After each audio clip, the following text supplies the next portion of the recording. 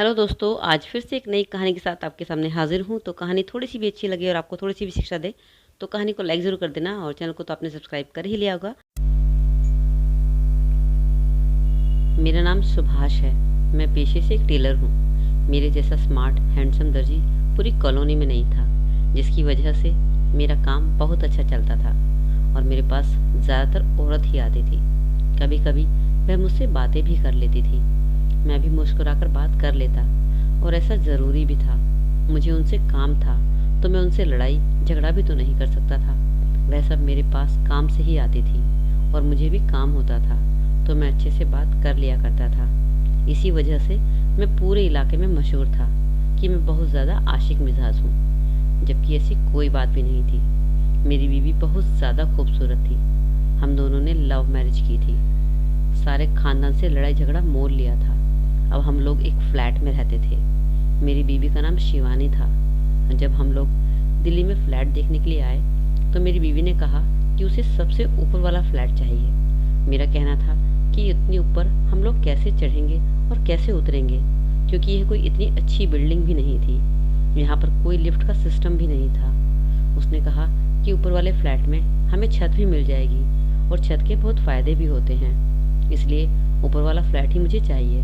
वैसे ऊपर वाले फ्लैट की कीमत भी कम थी, क्योंकि वह बहुत ऊंचा था और लोग इतने ऊपर से नीचे आने जाने को बहुत मुश्किल समझते हैं। उसने कहा कि हम दोनों की रोज़ाना एक्सरसाइज भी हो जाया करेगी। उसे छत बहुत ही ज़्यादा पसंद थी। वह कहती कि मुझे खुले आसमान के नीचे बैठकर चाय पीने में बहुत मज़ा आता है। आसमान को देखते हुए मैं पूरे दिन की थकान उतार लेती हूँ। मैंने उसकी बात मान ली और हम दोनों ने टॉप फ्लैट ही ले लिया। लेकिन कहाँ पता था कि यह टॉप फ्लोर एक दिन हमारी पूरी ज़िंदगी को ही बदल देगा। कुछ दिन हमारे बहुत अच्छे से गुजर रहे थे।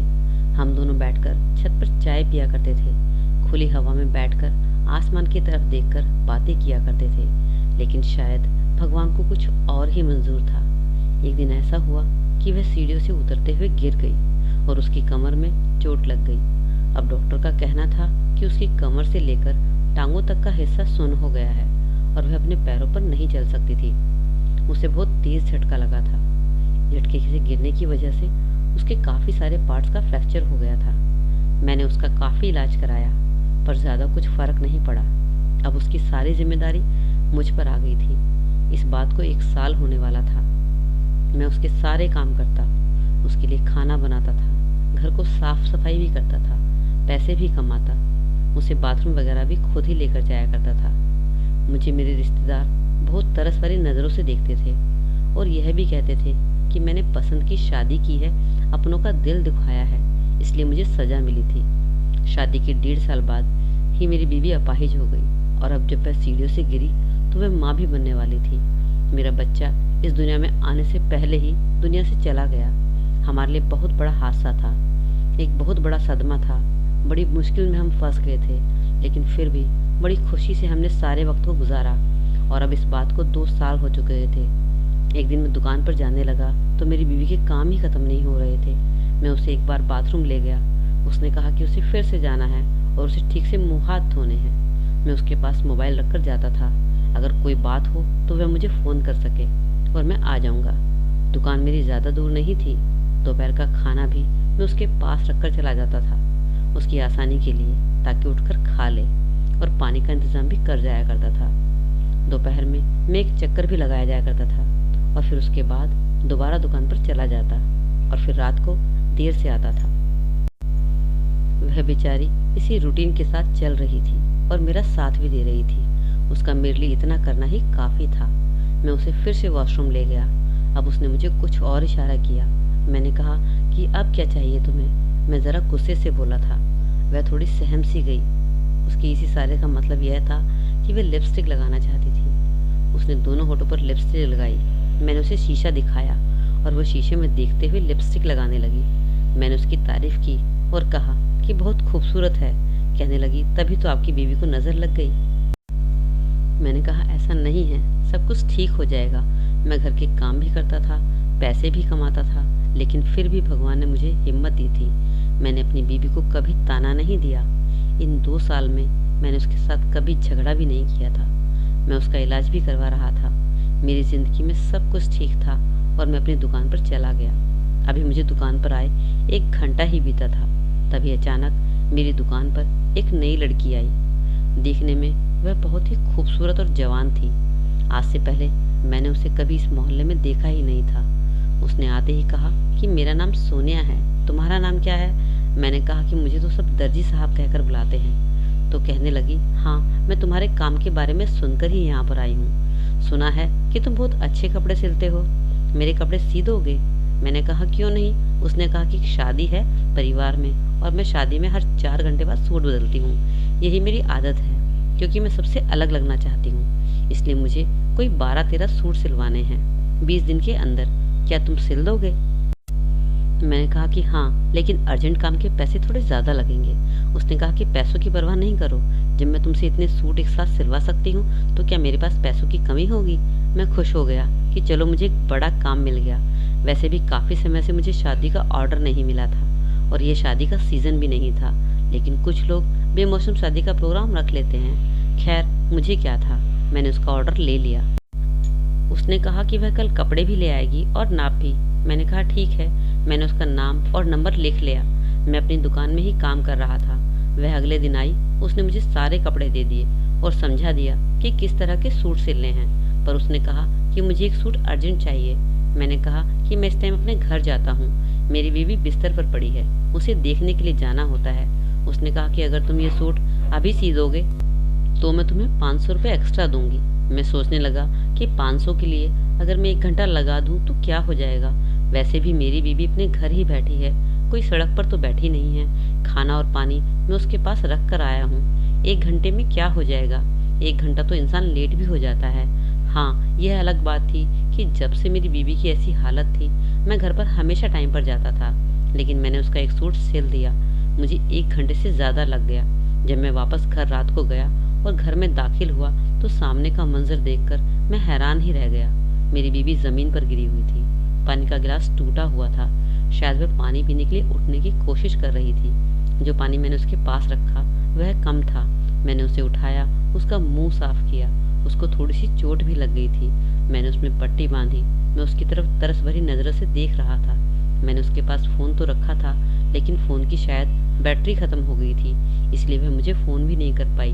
मैंने कहा कि मुझे माफ़ कर दो, मुझे काम था, बहुत ज़रूरी काम था। वह मुझसे पूछने लगी कि क्या काम था, तो मैंने कहा कि दुकान का काम नहीं था, बस एक दोस्त के यहाँ किसी की मौत हो गई थी तो मुझे अचानक जाना पड़ा। मैंने उससे झूठ बोल दिया। अगर मुझसे ये कहता कि मुझे एक जवान लड़की का सूट सिलने के लिए देरी हो गई तो वह ज़रूर गुस्सा करती। बीवी तो बीवी होती है, बिस्तर पड़ी हो तो क्या हुआ, इसलिए डर गया और मैं झूठ बोल दिया। उसने भी मुस्कुराकर सर हिला दिया। इसका मतलब था कि कोई बात नहीं। मैं सोचने लगा कि मुझे इसके साथ ऐसा नहीं करना चाहिए था। मैं उस लड़की का काम तो कर दिया, पर अभी तक उसने मुझे पैसे भी नहीं दिए थे। उसने कहा कि सारे पैसे मैं एक साथ दे दूंगी। वह जब भी मेरी दुकान में आती मुझे अजीबोगरीब अदाएं दिखाती। मेरी आंखों में देखकर कभी अपने दुपट्टे से खेलने लगती। दुपट्टा तो उसने बस नाम का गले में डाला होता था और दुपट्टा भी उसका बहुत ही हल्का सा होता था। सारे मार्केट वाले लोग उसे देखते थे। मेरे सामने भी एक दर्जी बैठता था जो मेरा दोस्त भी था। उसने कहा कि यह लड़की आजकल तुम्हारी दुकान पर बड़े चक्कर लगा रही है, इससे बचकर ही रहना। मैंने कहा कि हाँ, लगता है इस मोहल्ले में नई आई है। उसने कहा कि हाँ, लेकिन किसी आदमी को बर्बाद करके आई है। मैंने कहा कि क्या मतलब? उसने कहा कि इस औरत का तलाक हो चुका है। वह हमारे नाई अंकल है ना, जो मोहल्ले में रहते हैं बूढ़े से, उनकी भांजी है। मैंने कहा कि शक्ल से तो शादीशुदा भी नहीं लगती और तुम कह रहे हो उसका तलाक हो गया है। उसने कहा कि हाँ, आजकल किसी का कोई पता नहीं चलता। सुना है बड़ा अमीर आदमी था, लेकिन जब उसे इसकी हरकतों के बारे में पता चला तो उसने इसको तलाक दे दिया। तुम इतने हैंडसम हो, तुम्हारे पीछे तो कोई भी लड़की हाथ धोकर पड़ जाएगी। मैंने कहा कि अब कहाँ से मैं हैंडसम रह गया हूँ, बस घर के कामों में ही उलझ गया हूँ। मेरे दोस्त ने कहा कि क्या भाभी की हालत अभी ठीक नहीं है? मैंने कहा अभी पूरी तरह से ठीक नहीं है। उसने कहा तुम बड़ा अच्छा काम कर रहे हो, अपनी बीवी की सेवा कर रहे हो, भगवान तुम्हें इसका सिला भी देगा, सब कुछ ठीक हो जाएगा, परेशान ना हुआ करो। लेकिन सच कहूँ तो मैं मन ही मन बहुत परेशान भी हो चुका था। मैं एक साथ सारे काम करके तंग आ गया था। जब मेरी बीवी ठीक थी तो वह नौकरी करती थी, घर भी संभालती थी और पैसे भी कमाती थी। वह बिल्कुल थकती नहीं थी। लेकिन यह बात भी तो अपनी जगह है कि औरतों को भगवान ने मर्दों से ज़्यादा बर्दाश्त करने की ताकत दी है। मर्दों में इतनी बर्दाश्त नहीं होती। अब तो मैं इस बात को मान गया था और मैं थक भी गया था। एक दिन मैं अपनी बीवी को देख रहा था और सोच रहा था कि मैं उसके लिए कितना कुछ करता हूँ। यह मजबूर है, बीमार है, फिर भी मैं उसका ख्याल कर रहा हूँ। लेकिन मैंने कभी यह नहीं सोचा कि मैं इसको छोड़कर कहीं और चला जाऊँ। पर अगर मैं इसकी जगह होता तो यह ज़रूर मुझे छोड़कर चली जाती, क्योंकि वह बहुत ज़्यादा ही खूबसूरत थी। जब हमारा लव रिलेशन चल रहा था तो इसकी किसी के साथ मंगनी हो चुकी थी, लेकिन मेरे लिए इसने उसको छोड़ दिया था, तो फिर यह किसी और के लिए मुझे क्यों ना छोड़ देगी। मेरे दिल में अजीब व गरीब ख्याल आने लगे। आजकल मैं सोनिया के बारे में ही सोचता रहता था। वह रोज़ मुझे कोई ना कोई जोड़ा सिलवा लेती और अभी तक उसने मुझे कोई पैसे भी नहीं दिए थे। मुझे पैसों की ज़रूरत भी नहीं थी, क्योंकि मुझे वो अच्छी लगने लगी थी। मुझे उससे बातें करना, उसकी बातें सुनना अच्छा लगता था। वह मेरी दुकान में आती थी। मैंने उससे पूछा कि तुम्हारे बारे में अफवाह उड़ रही है कि तुम्हारा तलाक हुआ है। उसने कहा कि हाँ, मेरी शादी जब किसी बूढ़े से करवा दी जाएगी तो फिर तलाक ही होगा। और क्या होगा? मेरी उम्र देखो, मेरी शक्ल देखो, क्या मैं इस काबिल थी कि मेरी शादी किसी बूढ़े से करवा दी जाती? भला बूढ़े मर्दों के साथ जवान औरतें खुश रहती हैं क्या? मैंने कहा कि हाँ, यह तो तुम्हारे साथ बहुत बुरा हुआ। उसने कहा कि मेरी किस्मत अच्छी थी कि मुझे तलाक हो गया, अगर नहीं होती तो मैं बहुत बदकिस्मत होती। मैंने कहा कि फिर अब आगे क्या इरादा है? क्या सारी ज़िंदगी अकेले गुजारोगी? उसने कहा कि नहीं, किसी न किसी को तो हमसफ़र बनाना ही है, लेकिन जिस तरह का मर्द मुझे चाहिए इस तरह का कोई नहीं है। मैंने कहा कि कैसा मर्द चाहिए कि शक्ल सूरत का अच्छा हो, कद काठी का मजबूत हो और आदमी हो। मुझे ऐसा क्यों लग रहा था जैसे वो मेरी बात ही कर रही है, यानी जैसे मर्द की उसे तलाश थी, मैं बिल्कुल वैसा ही था।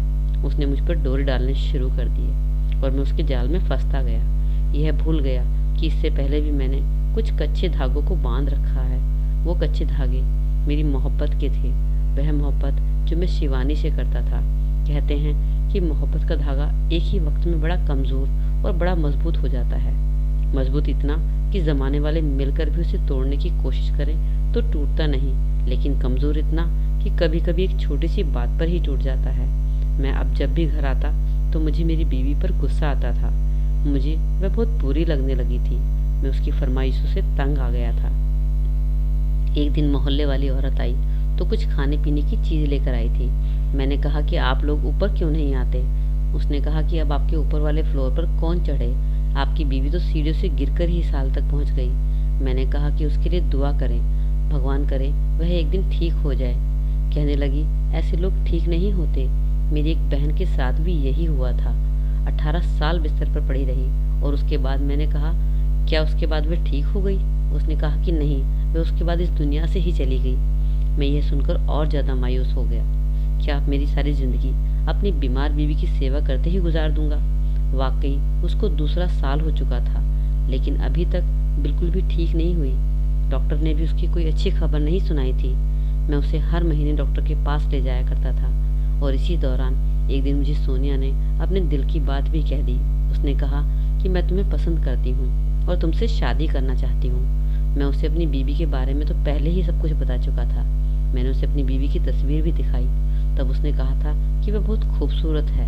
उसने कहा कि देखो, तुम्हारी ना तो शक्ल है और ना ही उम्र है यह सब करने की। क्या तुम्हारी सारी ज़िंदगी अपनी बीवी की खिदमत करते गुजर जाएगी? उसकी गंदगी साफ करते रहोगे? मेरे साथ चलो, हम दोनों भागकर शादी कर लेते हैं। मैं अपने साथ इतनी सारी दौलत लेकर आऊँगी कि हमें कोई कमी नहीं होगी। किसी और शहर में जाकर तुम अपनी दुकान बना लेना, मैं घर संभालूंगी, तुम दुकान संभालना। तुम्हारे हाथ में हुनर है, यह हुनर तुम कहीं भी इस्तेमाल कर सकते हो। मैंने कहा कि घर पर मेरी बीवी का क्या होगा? मैं उसे ऐसे छोड़कर तो नहीं जा सकता। क्यों नहीं जा सकते? अपनी बीवी से छुटकारा हासिल कैसे करना है ये तुम्हारा काम है। मैं तुम्हारे साथ भाग जाने के लिए तैयार हूँ। उसकी बात सुनकर मैं सोच में पड़ गया और मेरे दिमाग में एक आइडिया आ गया। मेरी बीवी ना तो चल सकती थी और ना ही उठ सकती थी, और यह बीमारी भी ऐसी है। मैंने उसके लिए जो करना था कर लिया। शायद उसको भी अब छुटकारे की ज़रूरत थी। और इसी को सोचते हुए एक दिन मैंने उसे अपने साथ छत पर ले गया। व्हील चेयर के ऊपर बिठाया हुआ था उसको मैंने वह भी खुश थी कि चलो आज आसमान देखेगी। बड़ी मुश्किल से मैं उसे ऊपर ले आया, लेकिन वह देखकर हैरान रह गई कि कोई शाम का वक्त नहीं था बल्कि तपती दोपहर थी। वह मुझसे कहने लगी कि नीचे ले चलो, बहुत गर्मी है, ऊपर तो बड़ी तेज धूप थी। मैंने कहा कि क्यों, तुम्हें तो छत बड़ी पसंद थी, तुम्हें तो धूप पसंद थी, तुम आसमां को देखना चाहती थी। अब यहीं पर बैठो और मैं जा रहा हूँ। मैं नीचे नहीं जा रहा बल्कि जिंदगी जीने जा रहा हूँ। मैं तुम्हारी खिदमत करके तंग आ गया हूँ। तुम क्या चाहती हो कि सारी जिंदगी तुम्हारे काम करता रहूं, तुम्हारा गुलाम बना रहूं, तुम्हारा नौकर बन जाऊं? मेरी शक्ल देखो, तुम जैसी एक नहीं 10 औरतें मिल सकती हैं मुझे, तो फिर मैं क्यों अपनी जिंदगी तुम्हारे साथ खराब करूं? मुझे माफ कर देना, इतना मैं तुम्हारे लिए कर लिया, इससे ज्यादा नहीं कर सकता। अगर तुम अपने पैरों पर खड़ी हो जाती तो शायद हमारी जिंदगी में सब कुछ ठीक हो जाता, लेकिन तुम्हारे ठीक होने की कोई उम्मीद नहीं है। मेरी डॉक्टर से बात हुई है। मेरी बीवी परेशान होने लगी। मैंने कहा कि तुम यहीं पर पड़ी रहोगी और 3-4 दिन बाद तुम्हें ज़िंदगी से निजात मिल जाएगी। जब तक लोगों को पता चलेगा तुम इस दुनिया में नहीं रही, तब तक मैं यहाँ से कहीं दूर जा चुका हूँगा। एक लड़की है जिससे मैं मोहब्बत करता हूँ, बस उसी के साथ जा रहा हूँ। मैंने व्हीलचेयर को लॉक कर दिया। अब वह व्हीलचेयर को घुमा भी नहीं सकती थी। वैसे भी उसका एक हाथ काम नहीं करता था। वह अपनी दबी दबी आवाज़ से चिल्लाने लगी, मुझे पुकारने लगी, पर मैंने पलटकर नहीं देखा। जैसे ही मैं सीढ़ी से नीचे उतरने लगा, मेरा पैर इतनी बुरी तरह फिसला, मैं सीढ़ी से नीचे जा गिरा। मुझे अपना पूरा शरीर महसूस नहीं हो रहा था, सिर्फ अपना एक हाथ महसूस हो रहा था और मैं आखिरी सीढ़ी के पास गिरा पड़ा हुआ था। मैंने चिल्ला कर लोगों को बुलाने की कोशिश की, लेकिन कोई मेरी आवाज़ नहीं सुन रहा था। 4-5 घंटे किसी तरह गुजर गए। मैं वहीं पर पड़ा था, किसी की मदद के इंतज़ार में। मेरा फ़ोन भी मेरे पास नहीं था। तभी मैंने देखा कि ऊपर वाली सीढ़ी से कोई नीचे आ रहा है और मैं ये देखकर हैरान रह गया कि वह और कोई नहीं बल्कि मेरी बीवी थी। जब मेरी बीवी की जान पर बनाई और उसे लगा कि वह दुनिया से चली जाएगी और यही पड़े पड़े उसकी मौत हो जाएगी, तो उसने अपनी आखिरी ताकत को इस्तेमाल किया, जिसे विल पावर कहते हैं, और अपने कदम पर खड़ी हो गई। वह खुद चलकर नीचे आ रही थी, लड़खड़ाते हुए कदमों के साथ, अपनी जान बचाने के लिए। लेकिन जब उसने मुझे देखा कि मैं सीढ़ी से नीचे गिरा पड़ा हूँ और मेरी हालत बहुत बुरी है, तो फौरन मेरी तरफ बढ़ी और मुझे उठाने की कोशिश करने लगी। मुझे समझ आ गया कि मेरे साथ क्या हुआ है। मेरे साथ उल्टा हो गया था। जो मैं उसके साथ करना चाहता था वह मेरे साथ हो गया था। वह मेरी हालत पर आ गई थी और मैं उसकी हालत पर जा रहा था। उसने मुझसे शिकायत भरी नज़रों से देखा, जैसे वह मुझसे कभी माफ़ नहीं करेगी, और वह माफ़ करती भी क्यों, मैं उसकी जान लेने वाला था।